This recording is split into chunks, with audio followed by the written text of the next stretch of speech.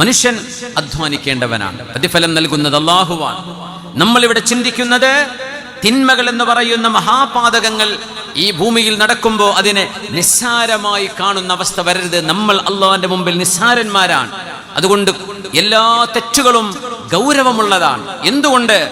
ആരെയാണ് നമ്മൾ ധിക്കരിക്കുന്നത് എന്ന് നോക്കണം. ഇത് ചെറിയ തെറ്റല്ലേ, ഇത് കറാഹത്തല്ലേ ഉള്ളൂ, ഇത് സഗീറത്തല്ലേ, ഇത് വൻപാപൊന്നും അല്ലല്ലോ എന്ന് പറയരുത്. ലാ തൻദുർ ഇലാ സിഗരിൽ മഅസിയ വൻദുർ ഇലാ അളമതി മൻ തഅസി. ആരെയാണ് നമ്മൾ ധിക്കരിക്കുന്നത് എന്ന് നോക്കണേ. തെറ്റിന്റെ ചെറുപ്പ വലുപ്പത്തിലേക്കല്ല നോക്കേണ്ടത്. ഈ തെറ്റ് ആർക്കെതിരാണ് നമ്മൾ ചെയ്തുകൊണ്ടിരിക്കുന്നത്, ആ ആൾ ആരാണ്? അത് അല്ലാഹു ജല്ല ജലാലുവാണ്. അതുകൊണ്ട് കുല്ലു സഗീറത്തിൻ ഇൻദൽ മുഅ്മിനി കബീറ. ഒരു വിശ്വാസിയുടെ കണ്ണിൽ ഏത് ചെറുതെറ്റും വലിയ തെറ്റ് തന്നെയാണ്.